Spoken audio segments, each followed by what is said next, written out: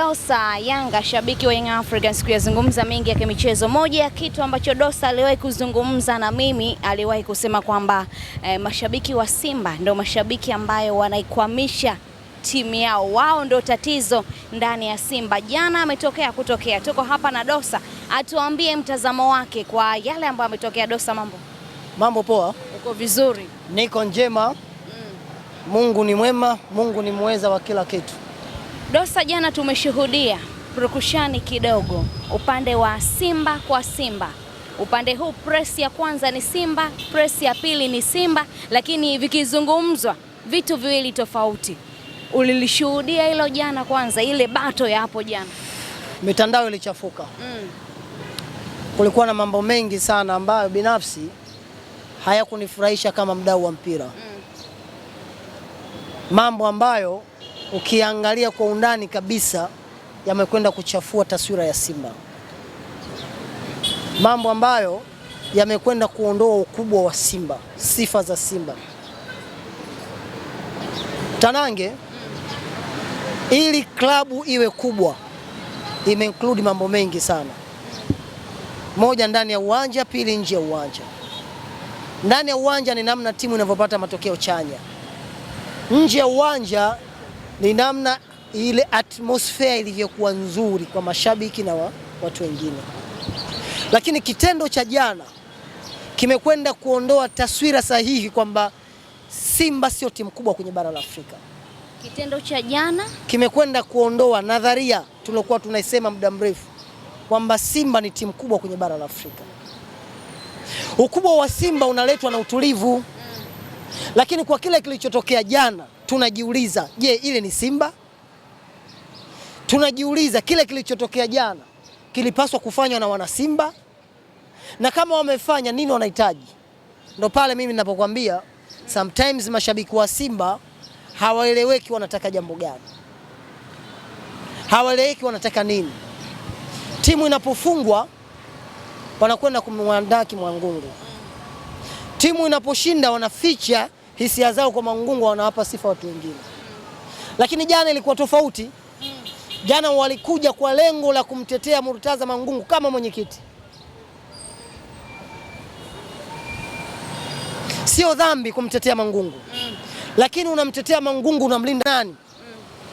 Hivi leo katika wale wanachama wa jana wote ambao wamezungumza kwa namna moja ama nyingine, ni nani ambaye hajui umuhimu wa Dr. Mo Dewji? Sema Dr. Mo ukakasi.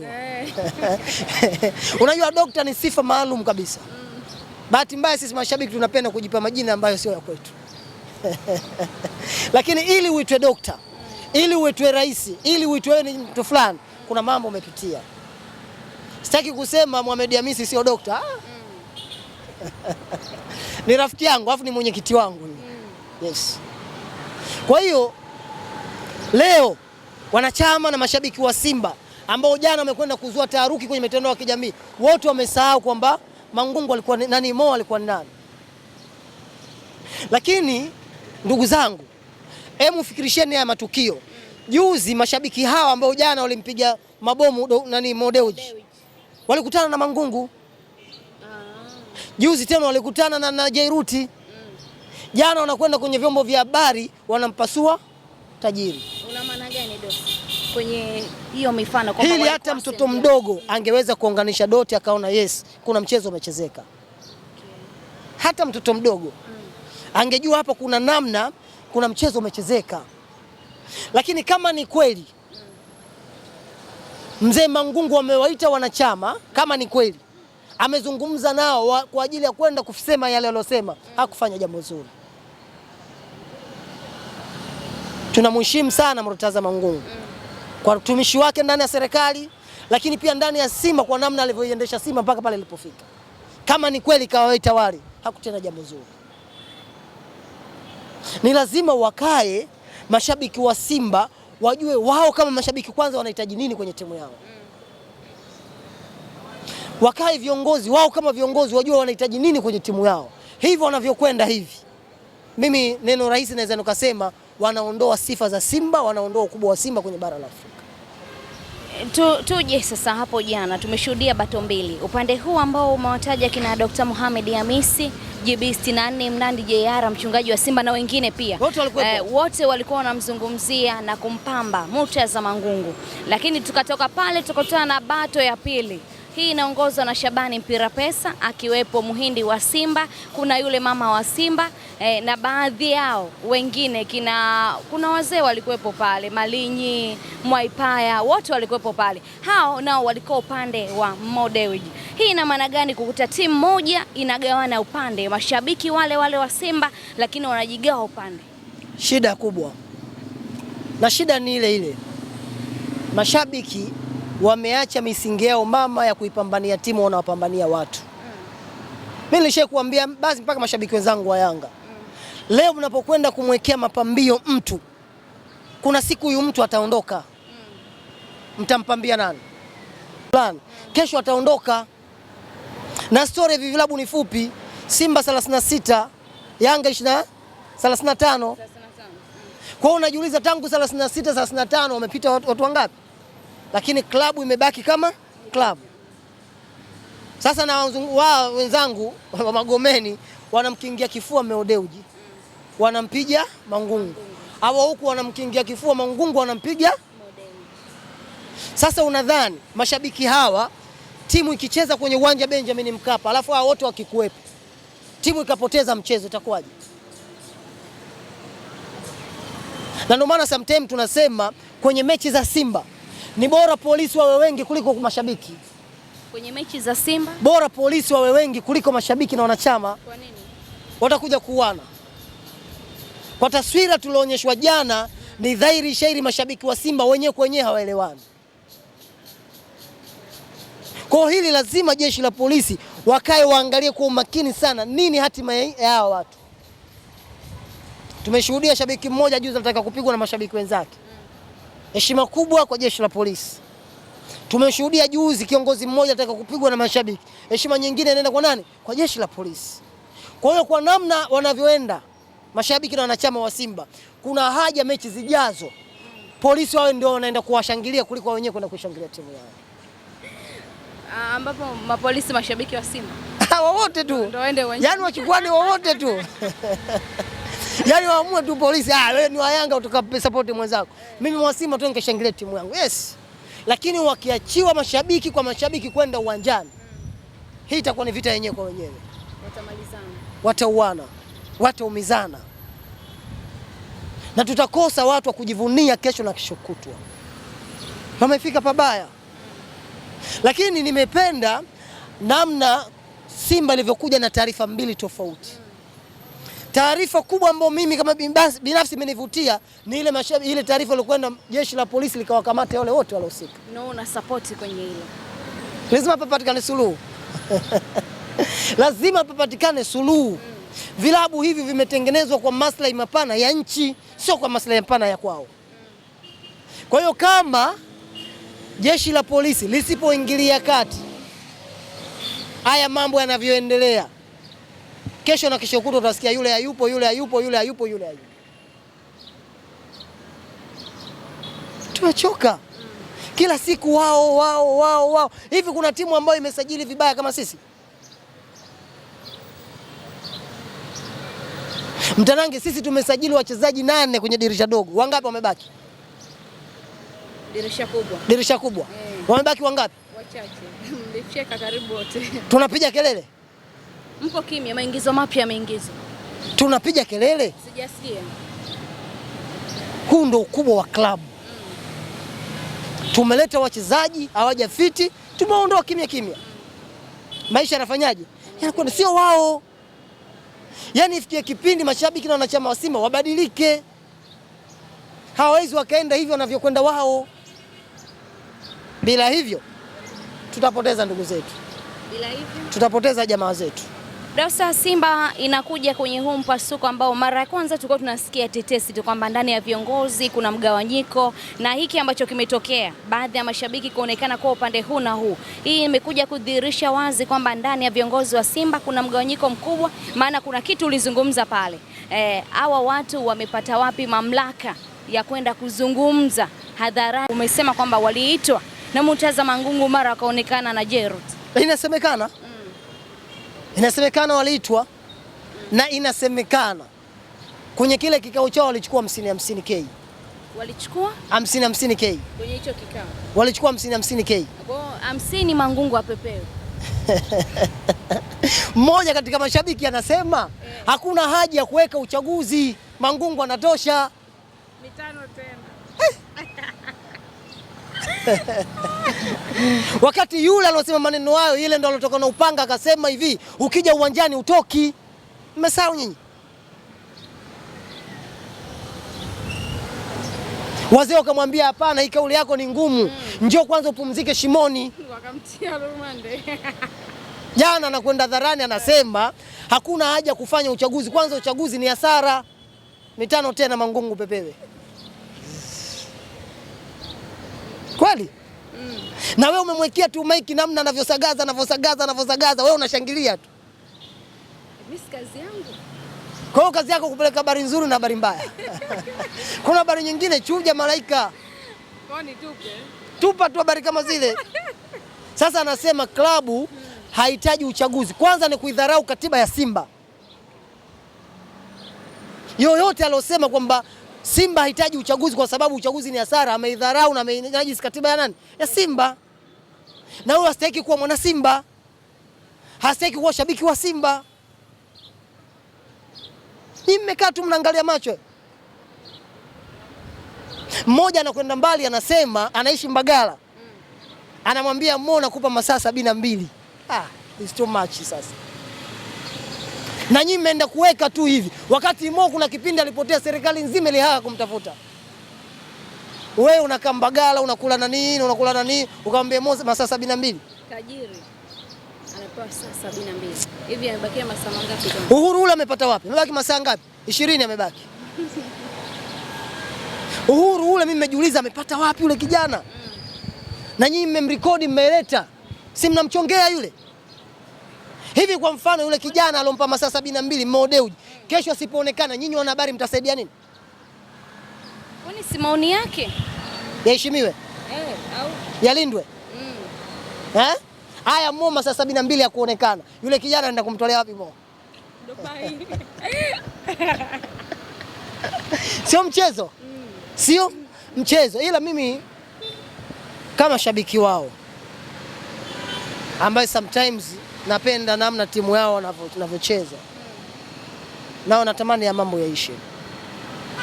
Warudi. Njia nzuri ya haya mambo kuisha Dosa itakuwa ni hivi. Mimi nafikiri kule juu wakae pamoja. Sababu mimi naamini kabisa wale watu wa juu ndio wanaotengeneza hizi classes. Kila mtu anataka kuwa Simba moja kwa moja. Kwa hiyo wale wa juu wakielewana kila kitu kitakuisha.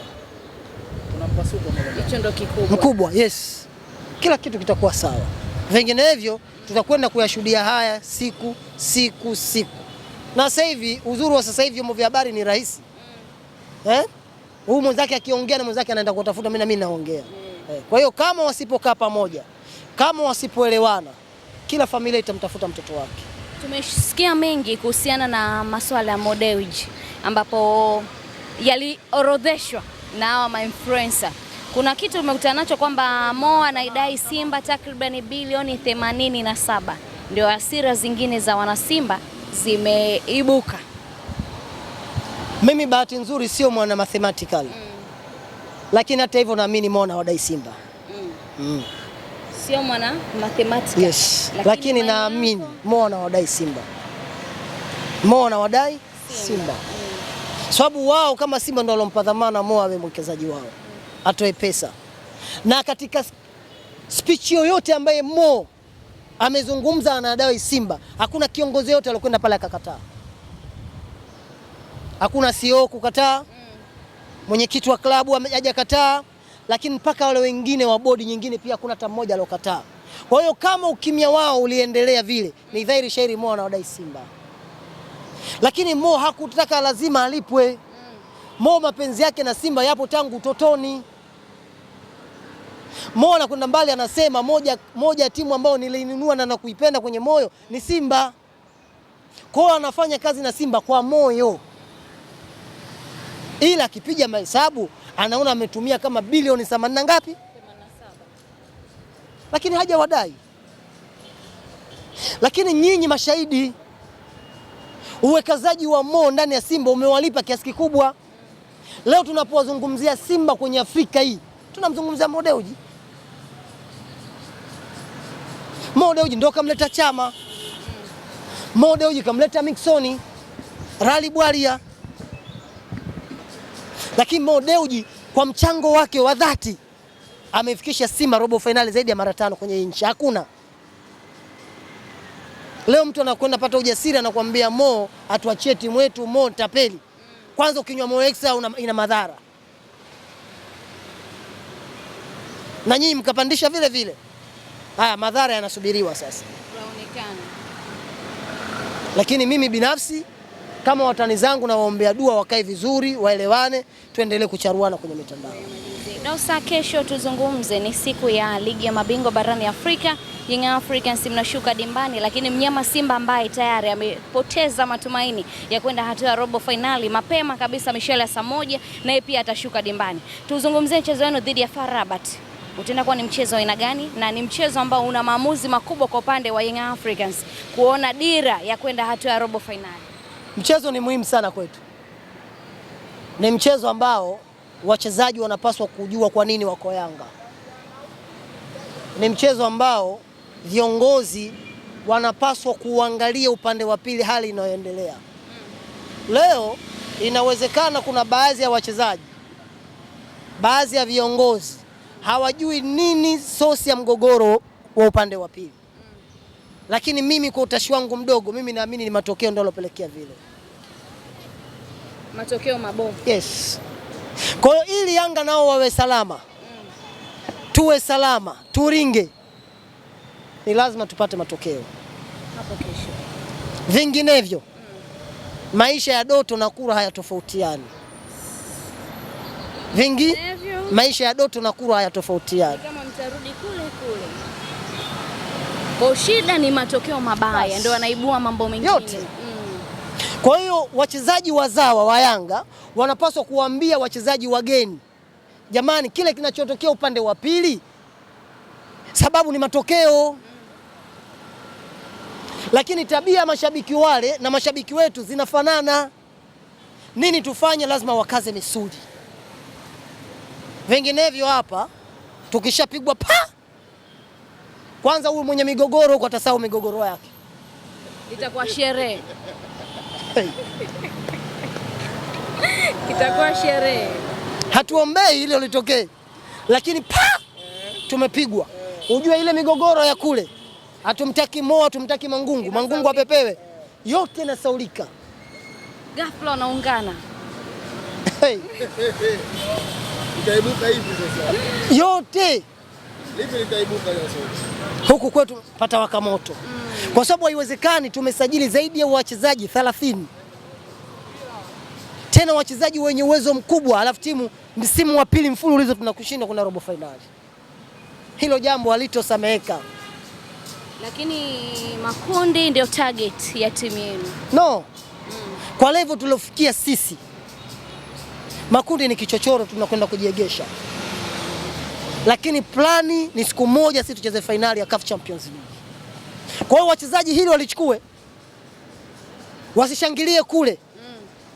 Maisha ya kule na ya kwetu ni sawa. Likitokea huko Moroko huko,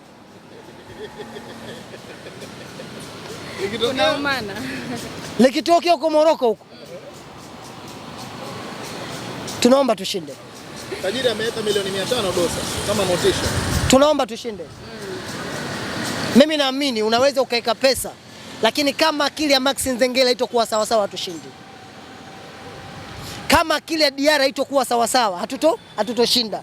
Ni lazima wachezaji wajue majukumu yao ya kimsingi kesho. Na hili no excuse kabisa, tunawaambia ili muishi kwa amani, muishi kwa furaha kwenye ardhi ya Benjamin Mkapa hii, ya Mwalimu Nyerere hii, ya Magufuli hii, ya mama hii, ni lazima washinde. Washinde kesho. Lazima washinde. Watani wako dhidi ya Petro de Luanda, matumaini ya kwenda robo finali yamekufa mazima. Huo mchezo unaweza ukaamsha chochote kama matokeo yatakuwa mazuri kwa upande wao? wachezaji wa Simba wao ndo wenye nafasi pekee ya kwenda kutengeneza connection ya mashabiki wao wa Simba. Imagine Simba anakwenda kushinda zile Petro di Luanda. Ina maana wachezaji wa Simba watakuwa kitu hiki kimoja. Kwa hiyo kama watakwenda kupoteza tena, mapanga ataendelea kutoka tu.